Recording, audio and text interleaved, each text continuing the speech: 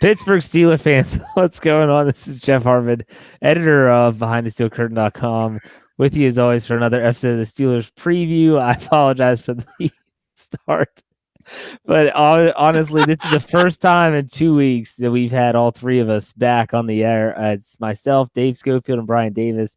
And some of the stuff that gets talked about before we go on the air is so dumb, yet so funny.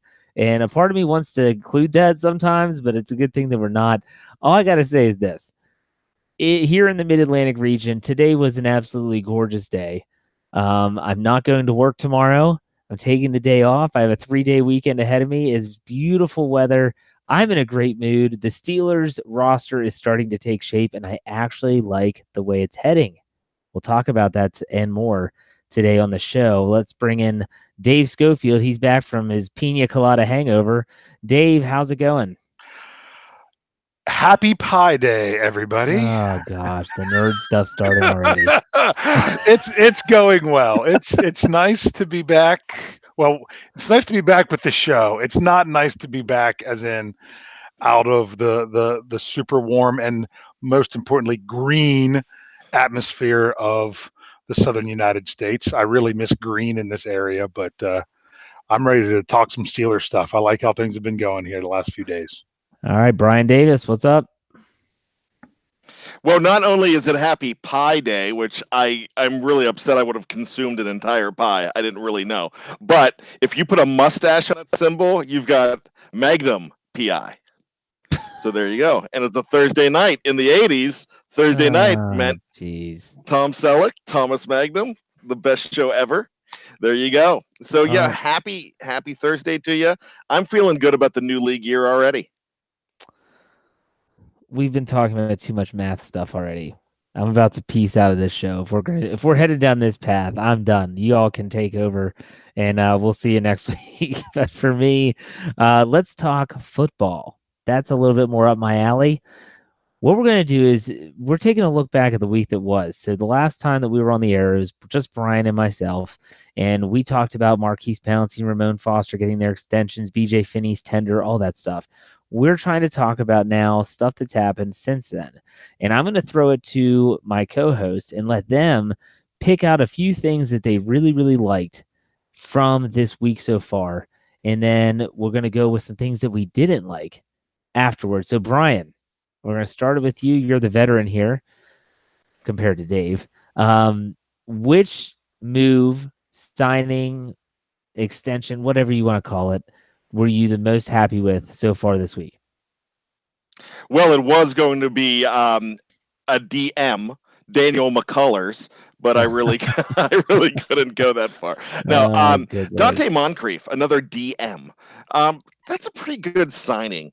This guy, I still don't know all the financials on him, but he's comes with pretty good value. Look, this guy's 6'2". He ran a 4.4 coming out of college about 5 years ago. He could take the top off the ball. Take the top off the defense. Gives a chance for Juju to be a true number one. That's why I'm liking this deal. So I'm glad they brought Dante Moncrief in. When the quarterback there, Andrew Luck, was healthy, those guys look pretty good together. Even 2 years ago with Jacoby Brissette, the guy caught 7 touchdowns. He embarrassed the Pittsburgh defense in a late November game last year with a beautiful touchdown. I'm thinking this guy could really be a good acquisition, and so this is a part of the Cedric Wilson days. And the reason I mentioned Cedric Wilson is everybody was all bent out of shape in 2005 when Plexico was gone, but they brought in a lesser known guy like Cedric Wilson and really helped do the trick. So let's hope it goes in that direction. Jeff, Dave. All right. So Dante Moncrief. I will say this before we go on to Dave is a lot of fans have been saying, look at his stats last year. He just wasn't that good. His quarterback was Blake Bortles, folks.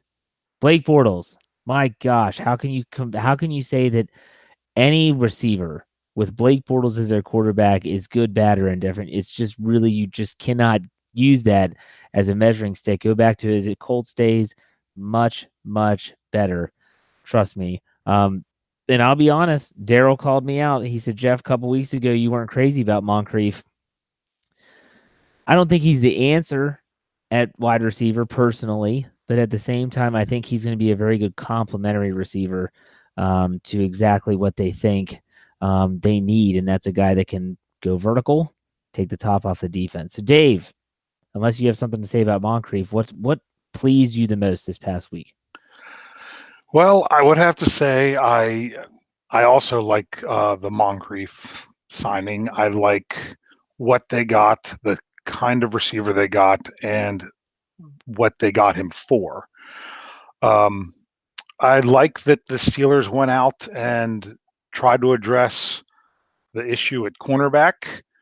That's very nice. I know from what I understand, this might be the largest free agent contract that they've ever done. I don't know for sure that Steven Nelson is the answer. I'm going to say something that you're probably going to cringe at, but to me, he seems like he's an Artie Burns with a clear conscience. He's not. He doesn't. He has a lot of the same skill set, but actually isn't his own worst enemy. Because with Burns, a lot of times once you lose your confidence, you get that sort of paralysis by analysis that has been thrown around in some. I think it was Coach Knoll that used to say that when you just overthink it rather than just play, you end up being a half step behind, and then as we see with Artie Burns, he gets 4 steps behind. So I think. I don't know that he's the biggest stud cornerback that I've ever seen, but I like that they made a move and they made a decision and they went with it because they have done so much better as of late in the free agent market and when it comes to corners than what they have done in the draft. Dave, quick question. Not sure if you have this in front of you. You know, I like to put you on the spot. Size comparisons between Artie Burns and Nelson. I know that Artie Burns is over 6 feet tall, I believe. I think Nelson is 5'11". He's 5'11". Okay. Yeah. All right. So the size comparison is similar. Yeah. Well, he didn't have a bad season last year. A lot of fans are saying he was targeted more than any other cornerback. He was. Kansas City's defense was awful. Not much of a pass. Oh, they did lead the league in sacks. I mean, I don't know what to think of this. They wanted Roby, didn't get him. Seemed like this was kind of like their number 2 option. But Dave, you overall like the move? You like the acquisition, even for that much money? I like that they weren't afraid to do it. That's what I like. So many times you could see that the Steelers could get somebody, and instead they want to go more bottom barrel. I like that they ponied up and made the move. I don't know a ton about him. I know he has some very good moments and he has some not so good moments. I've seen highlights of his interceptions. I've seen highlights of his touchdowns he's given up. So I'm not saying that he's going to be amazing. I think it's going to be his job when he comes into camp, and we'll see what happens. Yeah, I don't know. It was a high price tag. The one thing I got, because I reached out to Pete Sweeney, who is the editor of Arrowhead Pride, which is the BehindTheSteelCurtain.com equivalent for the Chiefs. It's a big website, just like BTSC is. And so those big websites, fans trust those sites. They go to those sites often. They're the ones that are creating and you know, they're the news sources for a lot of people, just like our site is for Steeler fans.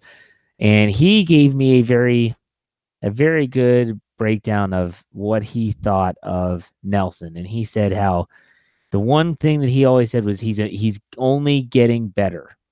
That is, they drafted him, I think, in the 3rd round.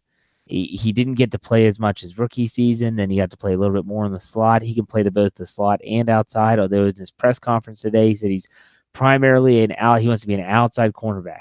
So like you said, I think that he comes in day 1 at training camp, and he is opposite Joe Hayden as the number 2 until someone beats him out, or if they take a draft pick there.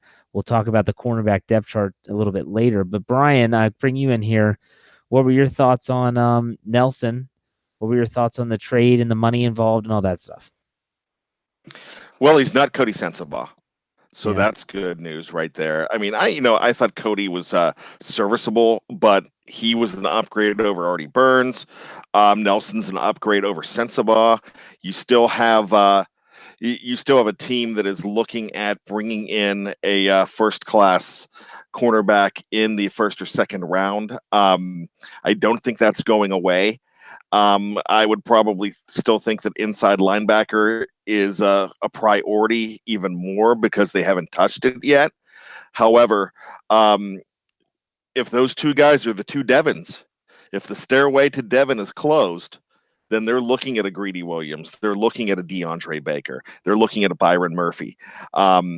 So with that being said, he could be a placeholder, or he could be a legitimate player all year long. He had 4 interceptions last year.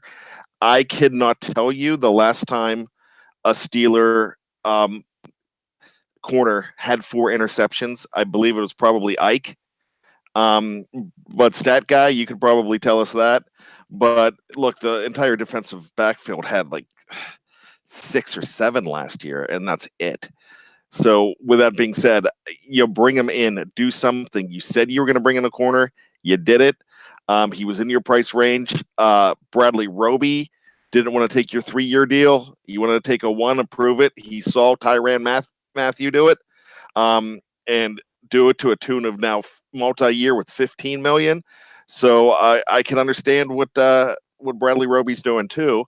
But the only thing that scares me about that whole thing is, after the whole debacle with Bell, after the debacle with Brown, are we looking at free agents worried about even coming here? I don't think that's going to be too much of a problem, but you never know what's in individuals' heads. But not taking the 3-year from Roby, I'm cool with that, but I'm also cool with Nelson because I don't care if the Chiefs had the worst defense last year, defensive backfield last year. I care that you have a guy that had a lot of past defenses last year, and he also had 4 interceptions, and we did not have that at all in Pittsburgh. Also, he had 15 pass breakups. So that tells me he's at least around the ball. People talk about how he's a little grabby for a defensive back, and he does have a lot of pass interference calls against him. But you know what? I'm okay with that sometimes. Sometimes I'd rather them. I mean, look at the alternative, and that sometimes is horrible because it means touchdowns. Now, Bryan, I know that Troy Polamalu, I believe, was the last secondary player to have 4 interceptions. I don't know when the last cornerback had 4 interceptions. I see Dave doing some work over there. I'm sure he's figuring it out for us. I'm going to go ahead and go, and we'll get back to Dave in a second and give you my favorite acquisition, agreement, deal, contract, whatever, the past week. And obviously, the 2 that you mentioned would be on the forefront, but one that happened that maybe not be talked about as much. And this was a very weird discussion that was going on between media and fans and blog writers. And anyways, it was them giving Eli Rogers a 2-year deal. I thought that was a very intelligent move for the Steelers. I was impressed with what he did in a very small sample size last year coming off that ACL tear. And I think that bringing him back really helps Roethlisberger because he is going to have a slot receiver that knows what he wants, knows where to go.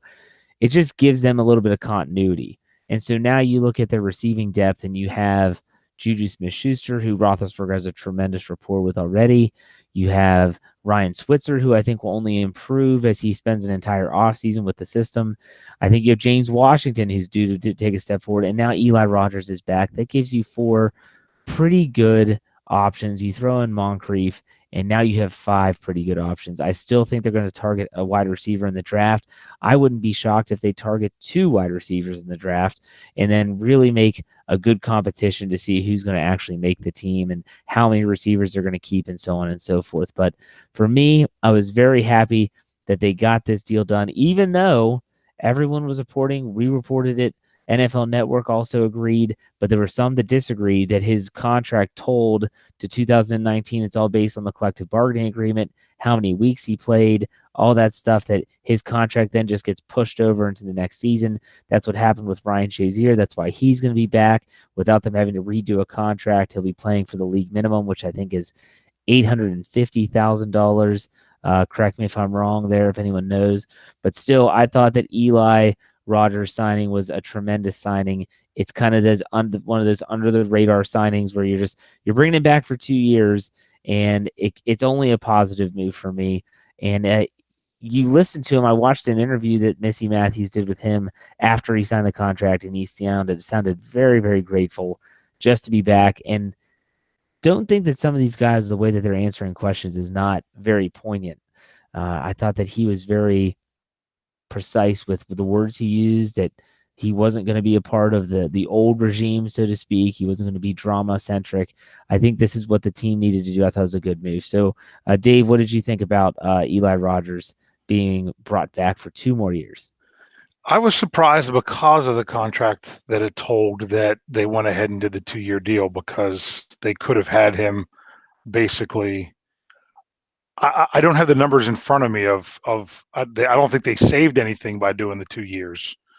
But I'm not 100% sure. If I'm wrong, I would really like to know, because that's the one thing that concerned me, is that if it didn't save anything for this year, there was really no more reason to just let him play out for the 1 year. Real quick about the Shazier, part of the reason that it worked for them to be able to toll his contract is why they gave him all except the league minimum last year, that he was due the $8 million plus as a signing bonus, and they converted and gave it to him all at the beginning, was so when the contract told to this year, it would then be at the league minimum. But if they wouldn't have done that, they would have had to toll it at $8 million again, and which of course they wouldn't have been able to afford to keep him around for a player that they know wouldn't be playing. So it was very smart, very well done by the Steelers to do that the right way. But I'm glad Eli Rogers is on the team. I know Ben likes him. I think there's a really good connection there. Well, like I said, was surprised that they did it, but I'm not upset about it. I think it's a good move to have him on the team. What about you, Brian? What do you think about Eli Rogers? Well, first of all, I'm not trying to be correcty correckerson here, but I am understanding that it's a 1-year deal when it was first reported. So if I'm incorrect on that, I apologize. Pretty sure the Steelers, but I was thinking it was a 1. It actually was originally reported as a 1, and then it was corrected to be a 2. When it came out officially from the Steelers, it was then reported as the 2. So you're not crazy. Okay. It was originally reported that way. Okay, so I'm just not up to date. But with that being said, you know what? I'm not the biggest fan of Eli Rogers. I thought in 2017 he dropped everything that came his way. Last year when he came back, he seemed pretty solid, even though it was about 2 games. 2016 he had a great year.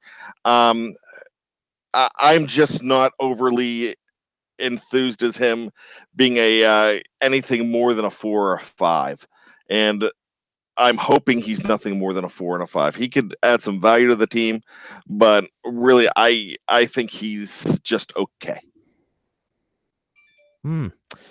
I would have agreed with you, but last year, maybe it was just the situation, maybe it was just the overall importance of the games when he came back against New England and then New Orleans. I mean, he played.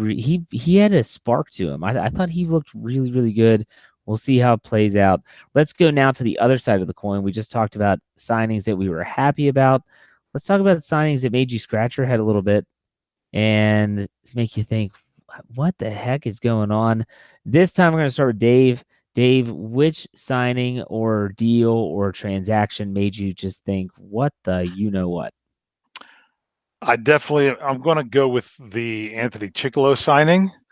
The fact that they are paying him, I think over 2 years, it's about $4 million a year, where they then let LJ Fort go, where he would have been half the price, and to me, was at a greater need to keep LJ Fort than it was Chicolo. I know there was the report that the Patriots offered him the same money. If they were going to offer him that money, I'd have said take it to help balance out the compensatory picks that I'm trying to work on that equation to see how that's working out for the Steelers for next year. But honestly, if Chicolo would have left and gone to New England, that would have helped. But I don't really like him for that price coming back. So I wasn't a big fan of that. If they could have got him for half that price, I'd have been okay. Didn't Fort get what was his 2 years for 10? I think I saw maybe. I could be wrong with Philly. I know that he got it. I thought he got a pretty decent deal. The Steelers tried to sign him, by the way, and he took a more lucrative deal with the Eagles. So I'll have to look that up. I know it was released. I know I saw it on my Twitter timeline, and I just don't remember the numbers as of right now. But I'm with you, Dave. It was for more years. Gotcha, was for more years.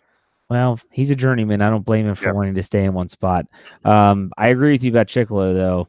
I had someone on my show last night in the live chat say, I love Chicolo. He's a beast. Every time he gets on the field, he makes plays. What are you talking about? The 1.5 sacks that he had last year? And he saw the field a decent amount.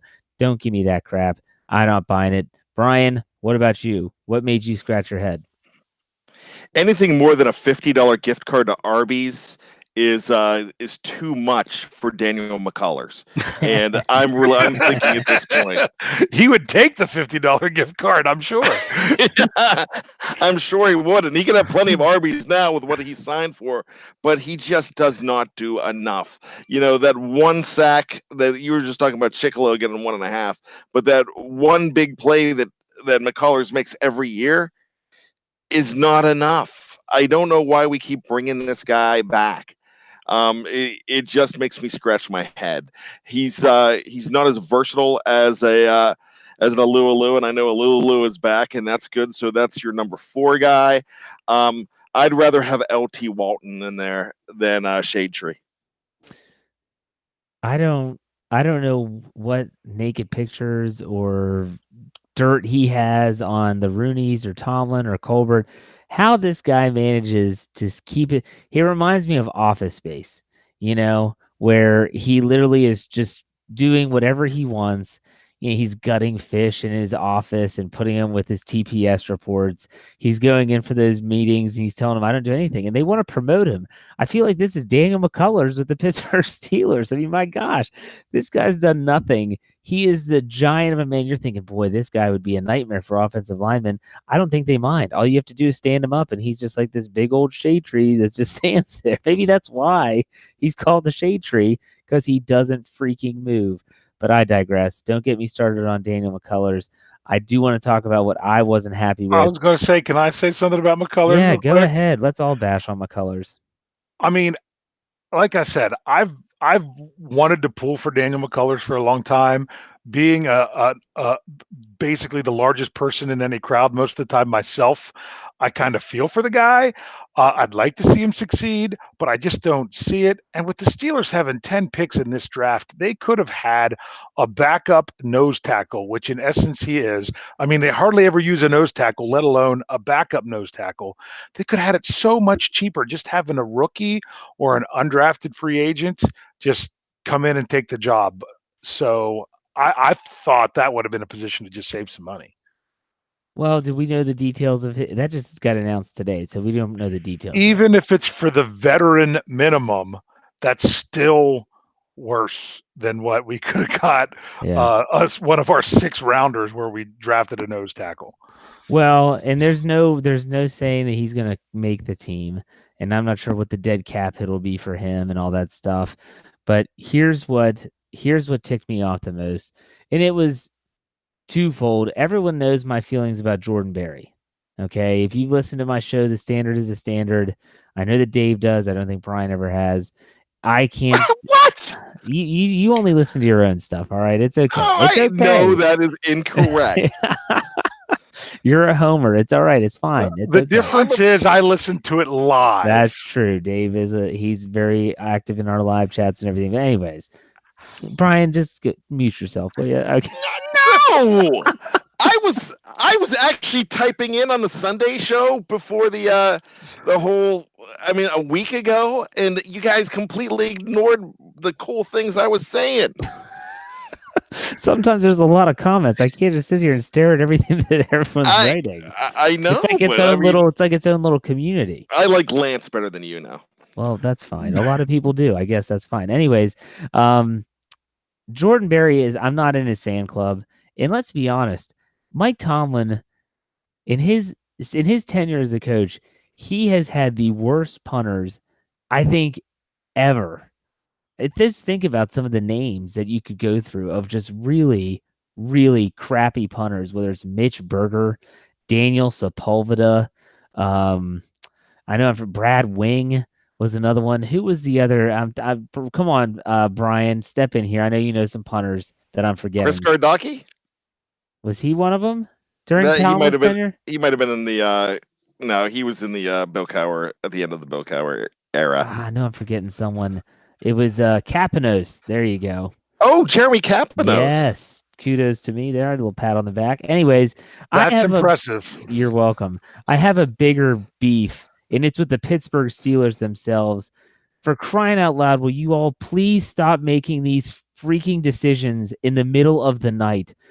God bless America. My gosh. Okay, so here I am. I run a website, and when you run a website that is a secondhand news site like ours is, you have to be on top of your stuff. If you're not, no one's going to check your site, because I pride myself. I try on breaking news to get my article published before I get my ESPN notification on my phone. That's my goal. And so last Sunday, I'm in bed. Next thing you know, I wake up and Antonio Brown got traded. You've got to be flipping kidding me.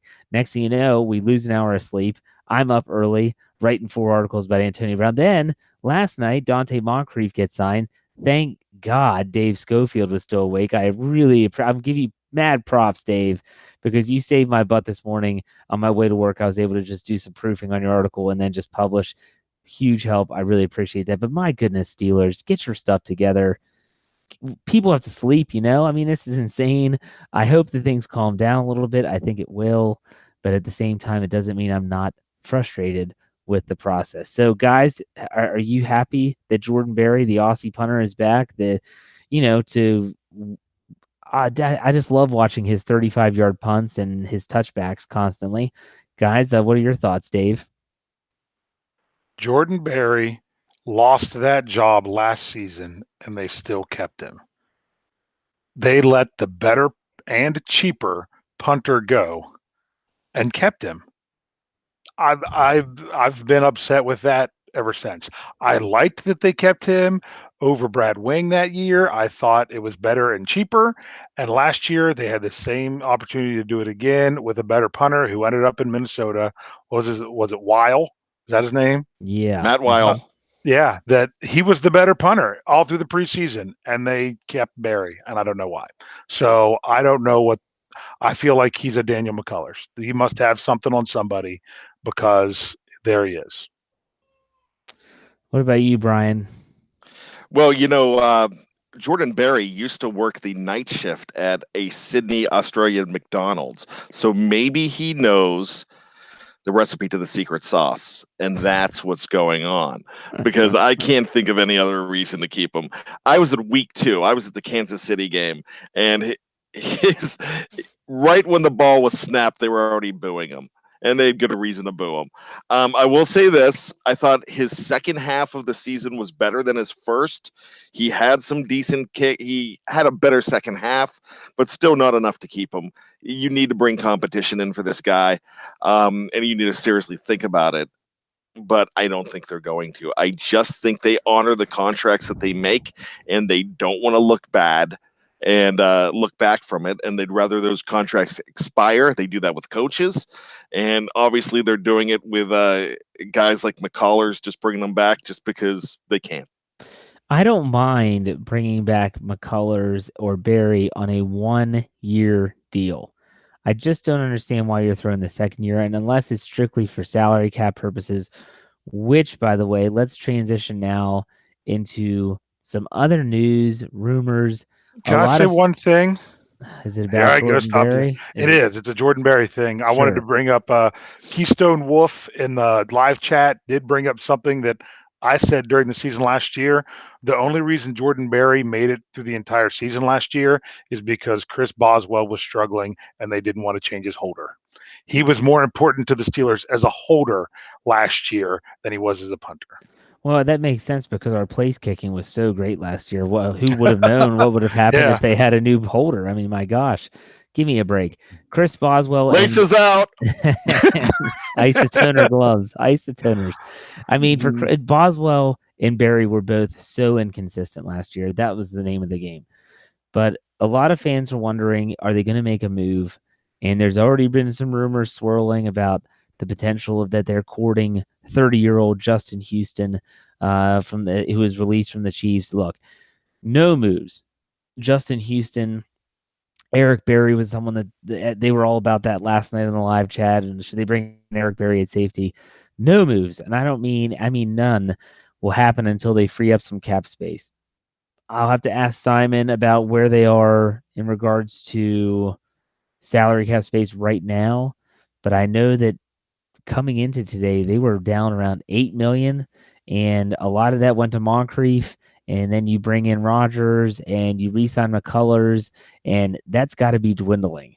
And so you have to keep some space to sign your rookies, and the only way that they're going to do this is by restructuring Ben Roethlisberger's contract, which I would assume is going to happen sooner than later. Now, last week I told Bryan I could see it happening before our next show. Clearly hasn't happened yet. But at the same time, that's the only way they're going to free up space to make a move like that. Now, here's my question for you guys. Let's say that the Steelers are toying with Justin Houston. Do you bring him in? Yes or no? Bryan, we'll go with you first. Why not? Well, I don't think it's a why not player because it's going to be a lot of money.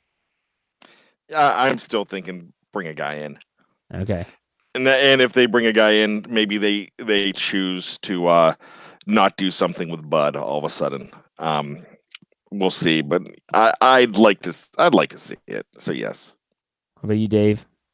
Well, the problem isn't the $9+ million for Bud Dupree now what he gets unless they redo? I mean, unless they give him an extension, they can't. I mean, I think it's guaranteed now that they would have already had to have cut him in order for him to not get paid that. So that's the problem there, unless they trade him. They can't resend. I don't believe they can resend it. Now, but at the same time, they could renegotiate a new contract. They could say, "Hey, Bud, let's get a 3-year deal done," and they could change that cap hit from $9 million this year to, I don't know, 4, and that would save them $5 million in cap space. So that there's options there. I'm not as down on Dupree as a lot of people are. Is he living up to the first round billing? No, but he was also, I think he's shown some improvement. So we'll put it that way. Before we get into our stat segment, I do want to ask you all what you thought of two other teams in the AFC North. The Cleveland Browns, which, my gosh, have they shaken the NFL landscape with their free agent acquisitions along the defensive front, most notably, though, their trade with the New York Giants for OBJ, Odell Beckham Jr. And then you have the Baltimore Ravens, who let players like C.J. Mosley, Terrell Suggs. They cut Eric Weddle. Zadarius Smith is gone. And then they make a splash, though, and they bring in Mark Ingram. And they bring in Earl Thomas at safety. So my question for you guys is, what are your thoughts on the AFC North shaping up? Where do you see the Steelers and all these teams falling? I know it's still the offseason, but as of right now, just looking at the roster, Bryan, we'll go with you first. What are your thoughts on everything that's gone down the AFC North? The Bengals have been rather quiet. What are your thoughts on all the stuff going on?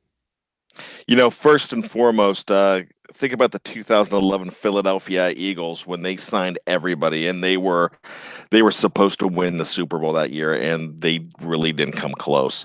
I think the Browns are going to be much improved. I think the guys they're bringing in are tremendous. Even the guys we're not even talking about.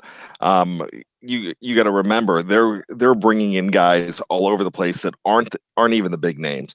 However, I just don't. I'm not buying it yet because the coach Kitchens has no experience. He's never been at this level before, and you're putting a lot of egos. You're putting a lot of chefs in the kitchen, and sometimes that just doesn't translate into wins.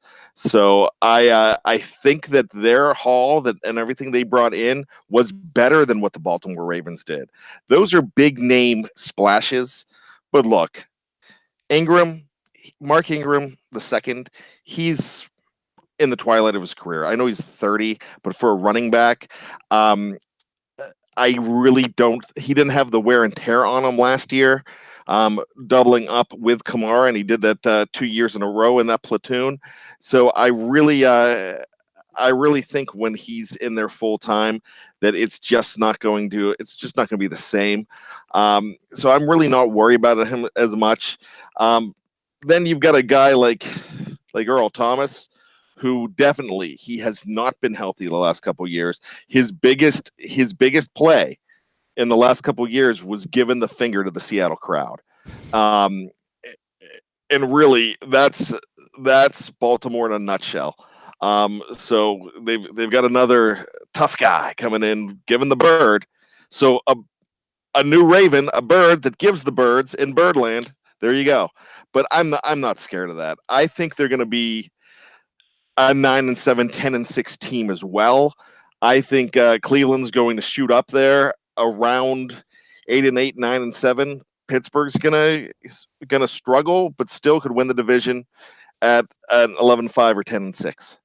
So I look at years where they lost some big name free agents. We've seen it with Barry Foster in 95. We saw it in 2005 when they lost Plexico Burris, and they went to the Super Bowl both times that year, both times in those separate years. So I really think the window isn't closed on Pittsburgh. It's going to be a sexier division, not including Cincinnati. Cincinnati, welcome to the basement. It's all yours, all alone, and it's going to be pretty neat at the top, but I still think it's Pittsburgh's division to win. What about you, Dave? Championships aren't won on paper. You know that the Browns are now in Las Vegas. They have a greater odds of winning the Super Bowl right now than the Steelers, if you wanted to go put some money on that. But you never know how it's going to all come together. You never know how it's going to all come together. We've seen it with that Eagles team. We would see it all the time with the Washington Redskins making the big splash in free agency and everything. I commend Cleveland for going for it. I'm glad they're trying to make the moves and whatever they can to make their team better. I think it's going to be that. Before it was, oh, well, that's just the Cleveland game before.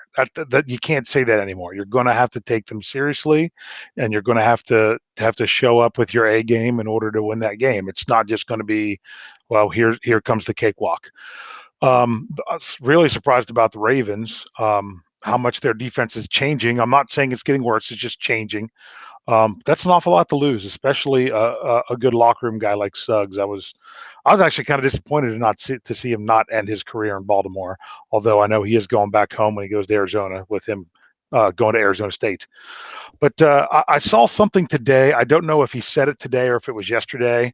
I don't watch a show, just one of those clips I saw on Twitter. I'm like, oh, let's see what he has to say. Because it was Colin Cowherd talking about how the Steelers are going to win the division next year, because of the four things that he thinks are key to success: ownership, GM, head coach, quarterback. And in the AFC North, the Steelers have the best ownership, the best quarterback, arguably the best head coach in his opinion, and I guess the way he stated it was a more than adequate GM. So we'll see what happens. We'll see how the draft pans out to see how it all is going to play. It is going to be interesting, and I think Odell Beckham Jr. adds a new dynamic for the Browns, but at the same time, We've seen it time and time again, not just in Pittsburgh. You put a bunch of superstars together, and all of a sudden they all want the football, and there's only one football to go around. And although I don't think Nick Chubb or even Kareem Hunt, if he comes off the suspended list, will be guys that are going to complain about it, but Jarvis Landry, even though they're boys, it goes back to college days at LSU. It'll be interesting. Now, the Ravens, I've never been a one that thinks that Lamar Jackson is the answer. I don't think they're going to be they'll be competitive, but I think they'll probably. I think they're going to get. I think it's people are going to catch up with it. I think the defense is going to figure it out a little bit. They're going to have some wrinkles. He's going to have to throw the football. I'm going to stick with what Lance Williams said. Comes down to who's your best quarterback, and I think Ben Roethlisberger is still the best quarterback in the division, bar none. And so that's what I'll go with. I'll go with Ben. I've said it before. I'll say it again. Ben Roethlisberger has made much less in terms of talent at wide receiver look amazing. So I think with Juju and Eli Rogers and Moncrief and Switzer and James Washington, even if that's your crew going into the season, I trust that Roethlisberger can make them look just fine, and that the offense will continue to roll. If you have that running game, they'll be good. So with that said, we'll end that segment. Let's go to your Stat Geek segment there, Dave. Welcome back. Your stats are back. Bryan did a great job in your stead. Let's go. Let's get it started. Yeah, Bryan did do a really nice job with that. I was very, very happy to see that. I know he might not have liked to have done it, but he did. I do have the answer to that question posed from earlier about the 4 interceptions, but I'm not going to tell you yet because it would give away. It's going to give away an answer to something else I was going to ask. We're going to look at some cornerbacks tonight. That's very appropriate, saying that was the biggest free agent signing that the Steelers had. But I know Bryan's going to know the answer to this because he looked it up for last week's. And I'd actually started this before I even listened to your guys' show from last week. So I'm like, oh, this will be good. But this is going to set up all the rest of them.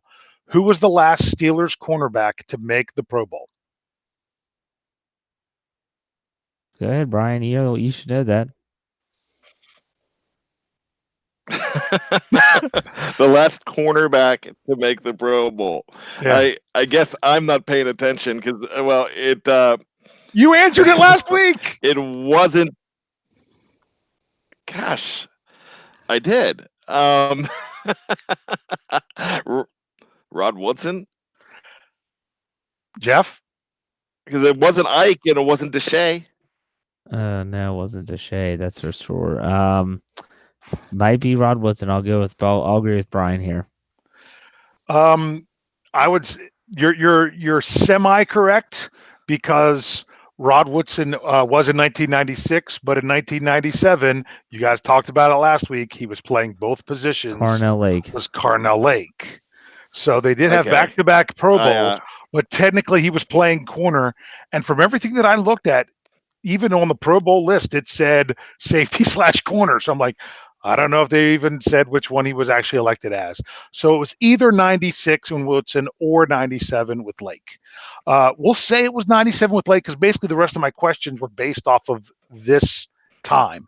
And that is, since that 1997 season, how many cornerbacks do you think the Steelers have drafted? That's 21 years now. How many corners do you think they've drafted? I'm going to go. I'll go with 20. Bryan, what's your guess? Fellas, I don't know the question. I'm having trouble. I'm having connection problems. Okay. So I know you answered 20, and it was how many quarterbacks? How many? So I don't know the drafted question. Since 1997. Oh, okay. So let's take a look at this. There was a couple number 1 draft picks in there. I would probably go with 16. I should have just stopped this because Jeff got it exactly correct. That's right. It was 20 corners in 21 years. So there was a few years where they drafted more than one. But just a couple years in there. Well, then since Bryan brought it up, how many did they take in the first round out of those 20? 2. Bryan. I'm also going too because I'm going Chad Scott and Artie and Burns. Artie Burns. Chad Scott was drafted before because we were looking from 1998 and on. Screw you, Dave. It wasn't since they sent someone to the Pro Bowl. It wasn't since then. It was So it was just the Artie Burns. Any idea how many of those? No, we'll go with this one. Out of those 20 corners that they have, who do you think had the most interceptions? Bryan, you want to go ahead and guess first, or do you? I'll give you a hint. It's the answer to your question that you had me look up earlier. The last Steelers corner to have 4 in a season. He was drafted. Shea Townsend? That would be correct. He had 4? Yeah, he had 4 in a season. I can tell you exactly which season if you give me just a second. He had 4 in 2004. Huh. Mm-hmm. Yep, and he had all in all. Now, when I say the most interceptions, I'm meaning as a Steeler. I'm looking at players what they did with the Steelers. Right, yeah. He had 21. He had 21 interceptions. So, who? Let's see, where was the other one? Who had the most games started for the Steelers at corner since 1998? And I'll give you a hint. It is not Shea Townsend. He was second. Actually, he was third. Sorry, he was third. I don't know. I played for a while. I will. I'll go with Ike Taylor. I'll go with Ivan as well. That would be correct by a lot. He started 140 games for the Steelers. The next closest was William Gay with 87. I was going to say Dwayne Washington. So, Dwayne. How out of those 20 corners, how many of them do you think actually was officially credited with starting a game for the Steelers at corner? Out of the what? Out of those 20 players drafted since 1998, how many of them do you think actually ended up starting at least one game for the Steelers at corner? 10. Yeah, I'll go 12. Jeff's the winner because it's 8. Only 8 of them started games, one of which was Cam Sutton, who has started 2 games. So it's been a pretty bad stretch since Mike Tomlin came in 2007. I'm not saying that Tomlin does all the drafting. I have to clarify that for some of these articles because sometimes we say under Mike Tomlin with the draft, it's just a starting point. Using the 2007 season is a really good starting point because William Gay was drafted in 2007. He started 87 games.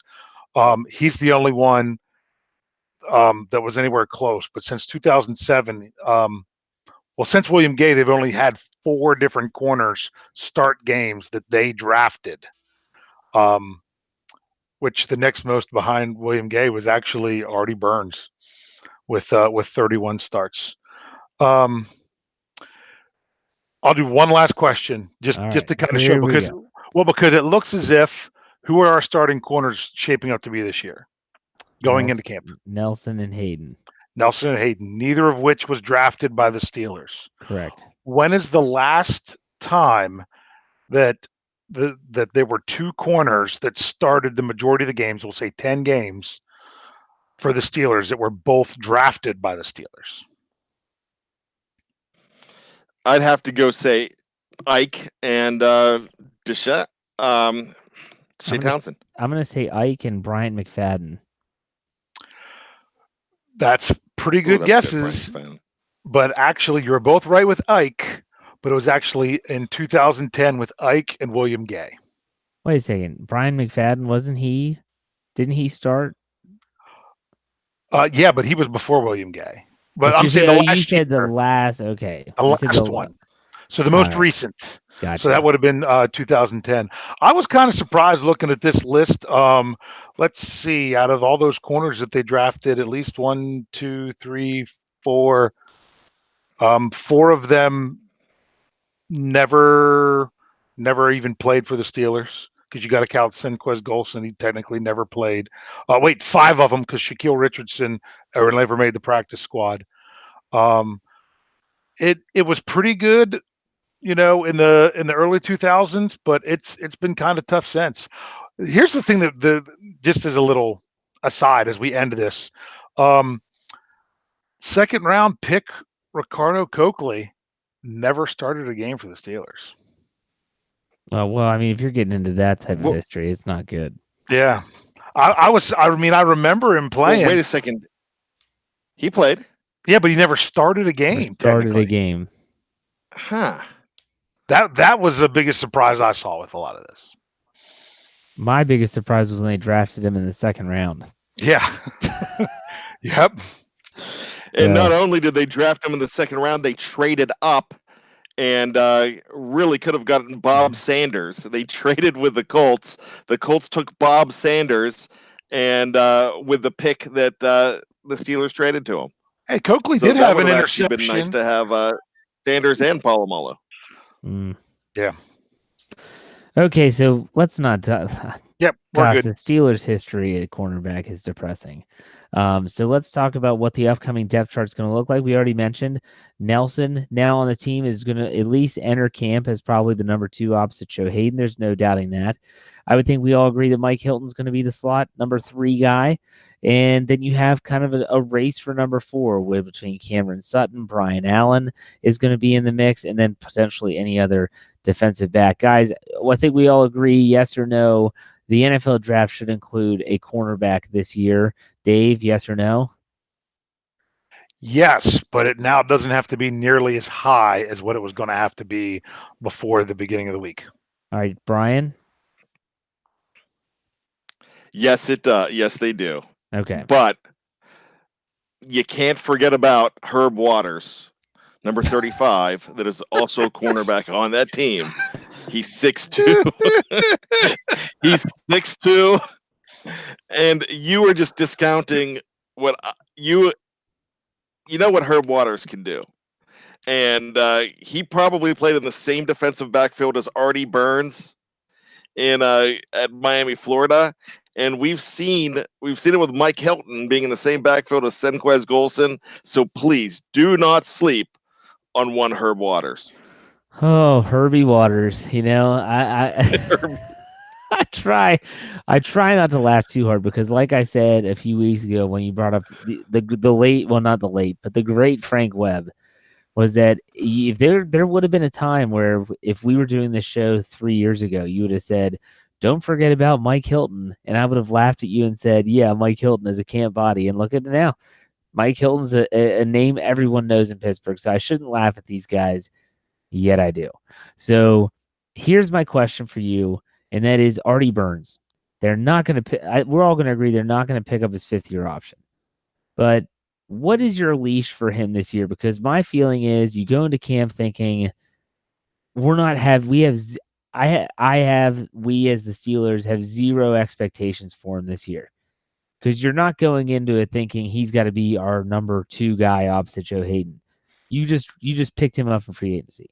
You don't need him to be number 3. What is your approach with Artie Burns? Bryan, we'll go with you first. What's your view of how are you handling this going into his last year of his rookie deal? Bryan, there we go. Well, I'm thinking they're going to trade him.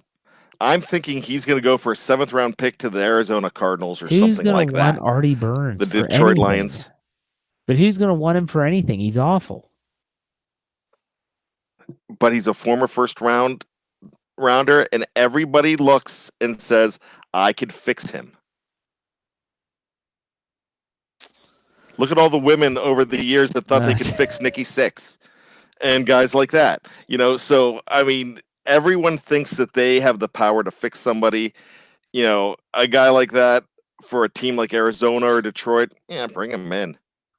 Well, and the Steelers do that kind of stuff too. What did they give up for Justin Gilbert? Justin Gilbert. Wasn't that his name? The corner that was like Justin 10. Gilbert. Yeah, they gave up a 6th, I think. Yeah, because he was a first-round corner taken by another team, the Browns, who didn't do any of their research on him and realized that he had a very fragile emotional state that the Steelers knew they were going to have to kind of get him in the right situation if they were going to take him. And the Browns took him way early without even interviewing him. And it just basically ruined his career. The Steelers did give up a little something just to see if they could resurrect it. And yeah, it didn't work, but it was low risk for them. I could see someone else taking the same kind of flyer on Artie Burns. Not that the Steelers have to trade him. I mean, he's going to be your number one. Well, I guess I don't know. Who knows? Maybe Cam Sutton will beat him out. Who's to say either of these guys make the team? We'll just have to see. That's true. So, last question here before we kind of wrap things up and go into our either or segment is, what's your comfort level with the secondary? Because when we talk about issues with the defense, we always talk about inside linebacker after Ryan Shazier's injury, and we always talk about cornerbacks. What is your comfort level with the cornerback situation now that they acquired Nelson, knowing what we know about Artie Burns? Where is your comfort level with them going into 2019? Dave, we'll start with you. I'm happy with it, but once again, you gotta hope that you don't get one of those big injuries. With Joe Hayden. I mean, he missed one game last year, I think. You just gotta pray that he doesn't get injured. So as long as they're injury free, I think that they're all right. I would love nothing more than for Artie Burns to have a fire lit under him to say, hey, I got to show I belong in this league, and they actually have competition for starting because players are playing well, not because there's a competition for who else are we going to put out there. What about you, Bryan? Bryan. And I'm thinking along the lines that I'm feeling so much better than last year. Going into last season, they did nothing to upgrade the corners. So this year, I'm sure they are going to be drafting somebody, and you still have guys like Sutton that are still worth a look. So I don't think Burns is going to be there, like I just said a few minutes ago.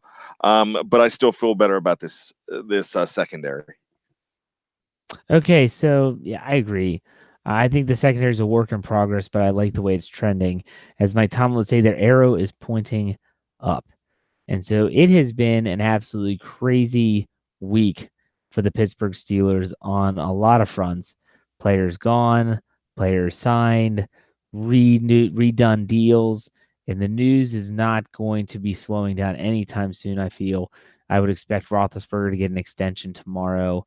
If it doesn't happen tomorrow, it would be over the weekend. There's going to be stuff that continues to happen. So with that said, I hope everyone knows to check out BehindTheSteelCurtain.com, which is obviously where this whole thing got started. Okay, I think it's the best Steelers website on the internet, and that's not just because I run it. It's because we have, Dave, how many articles have we published the last 2 days? Probably like 14 or 15 a day. Yeah, it was crazy because I was looking for stuff that was published early in the morning because I wanted to go back and check something, and man, would I have to scroll down far just to find it.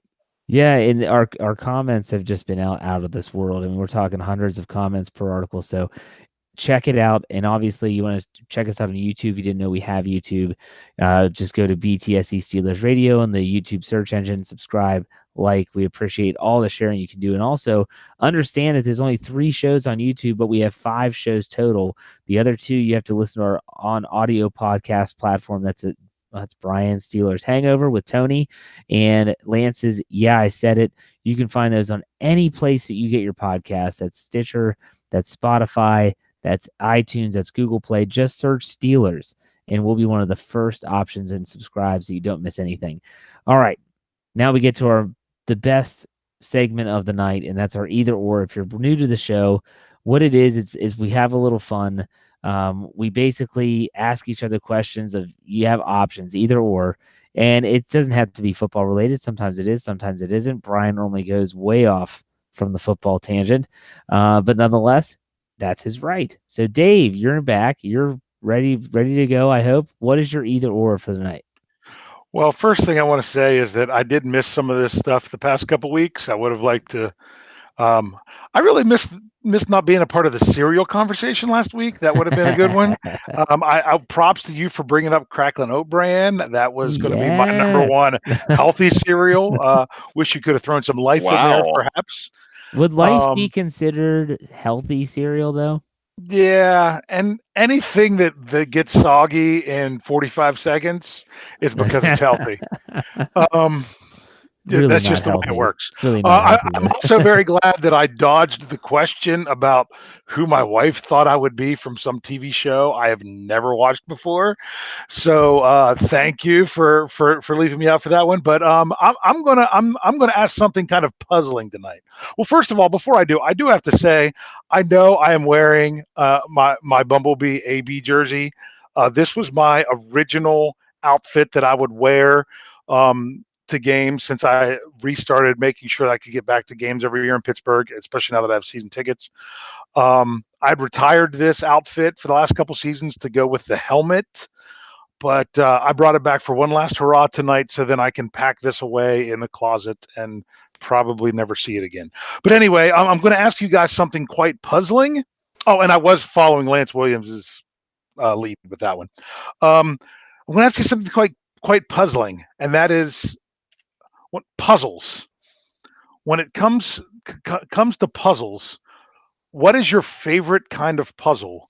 Would it be a crossword, a Sudoku, or just the regular old jigsaw puzzle? Now, I actually thought since it was a puzzle question that I would see it if I could answer the puzzle. So I actually have what I think you guys are going to say right here, and I want to see if I can answer the right puzzle about puzzles. Who's going to go first? I'll go first, I guess. For me, and we'll see if you answered correctly. I would say a jigsaw puzzle. Well, I somewhat got that right. What I said is, Jeff, I don't really do puzzles, but I'll say jigsaw. That's what I thought Jeff's answer was going to be. So I don't really do puzzles, but if I do, it's jigsaw.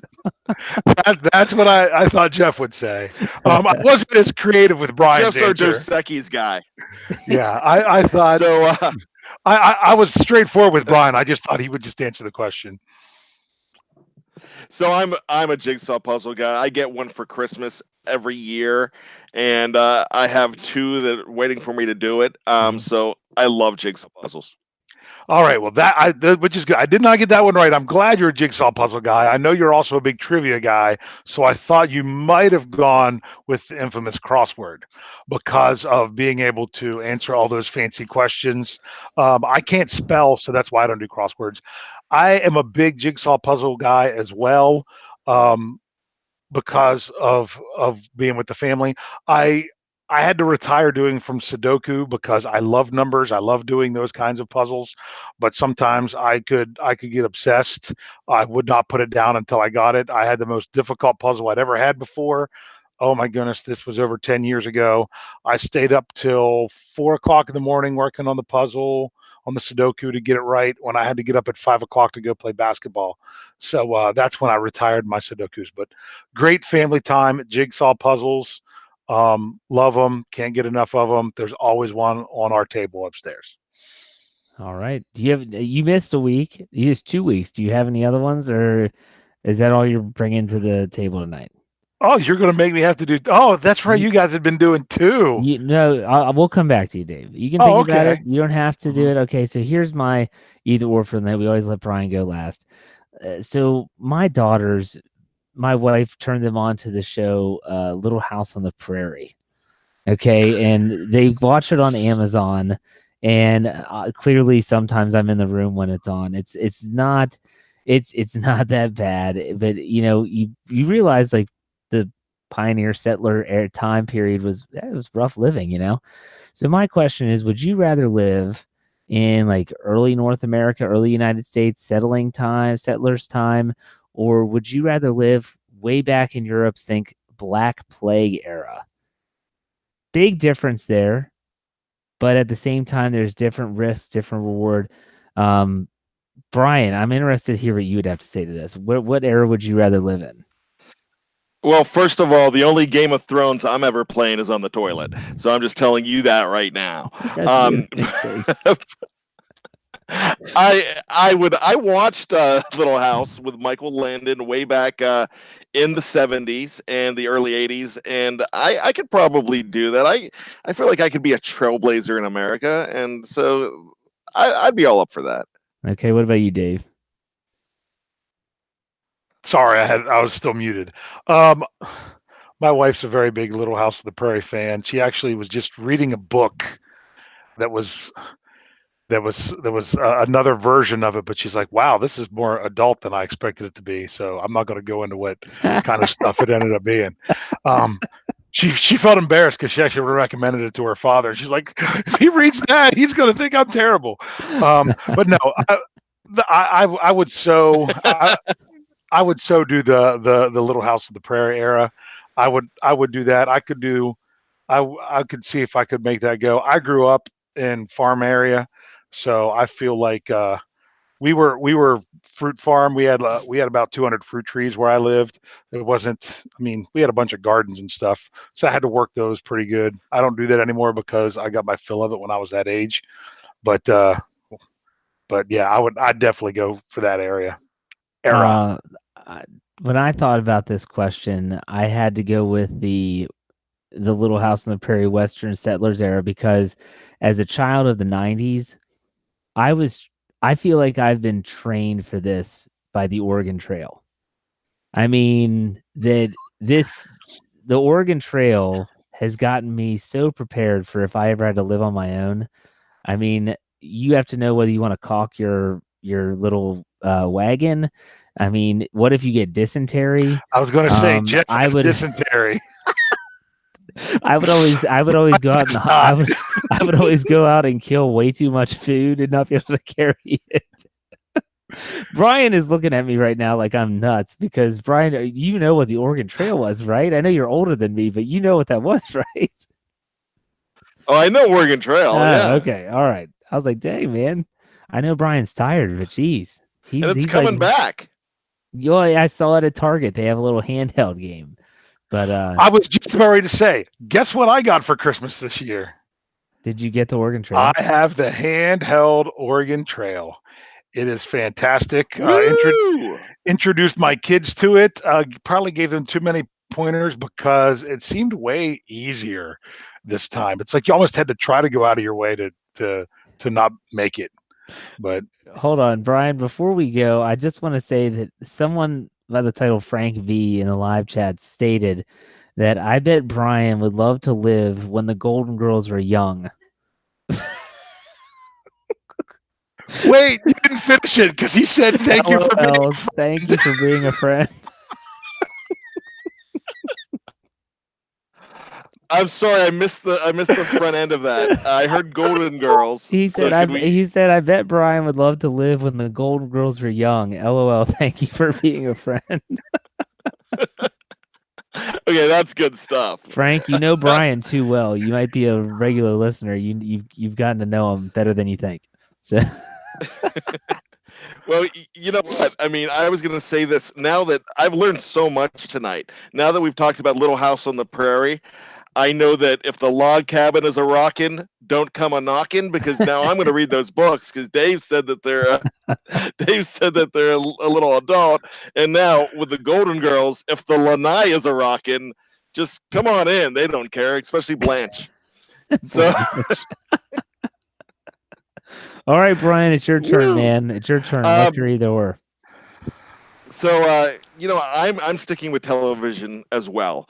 And I wrote an article last week before the entire Antonio Brown fallout.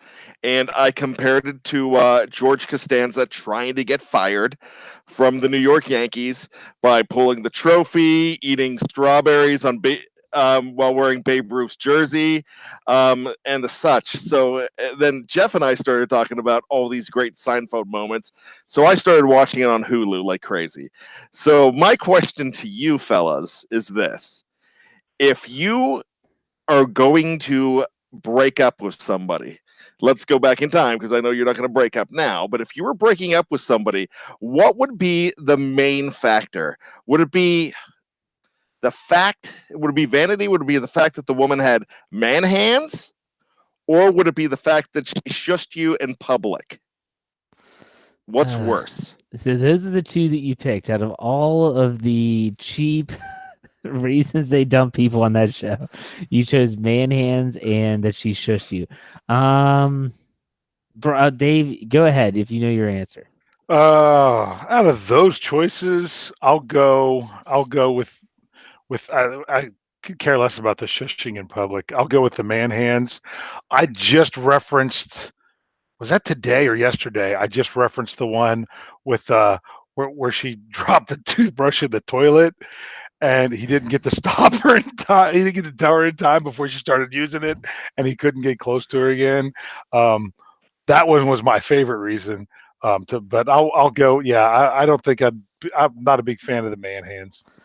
If a woman ever ate her peas one at a time, that would be enough to do it for me. But with that said, I would say man hands as well. And to this day, if I'm around my brother, and my brother and I have this, we have like a dialogue that's nothing but Seinfeld and movie quotes constantly. And he'll say, "Hey, can you get me a beer?" And I'll say, "Hey," and he'll take the top. I'm like, "That's not a twist off," which is what Jerry Seinfeld says when she just cracks open a beer with her man hands as she just takes the lobster and just rips it in half. So man hands would definitely be a reason for parting ways, we'll say. So that was a good one. What about you, Bryan? Oh, first of all, don't shush me in public. That's the answer. I don't want to be shushed by a woman in public.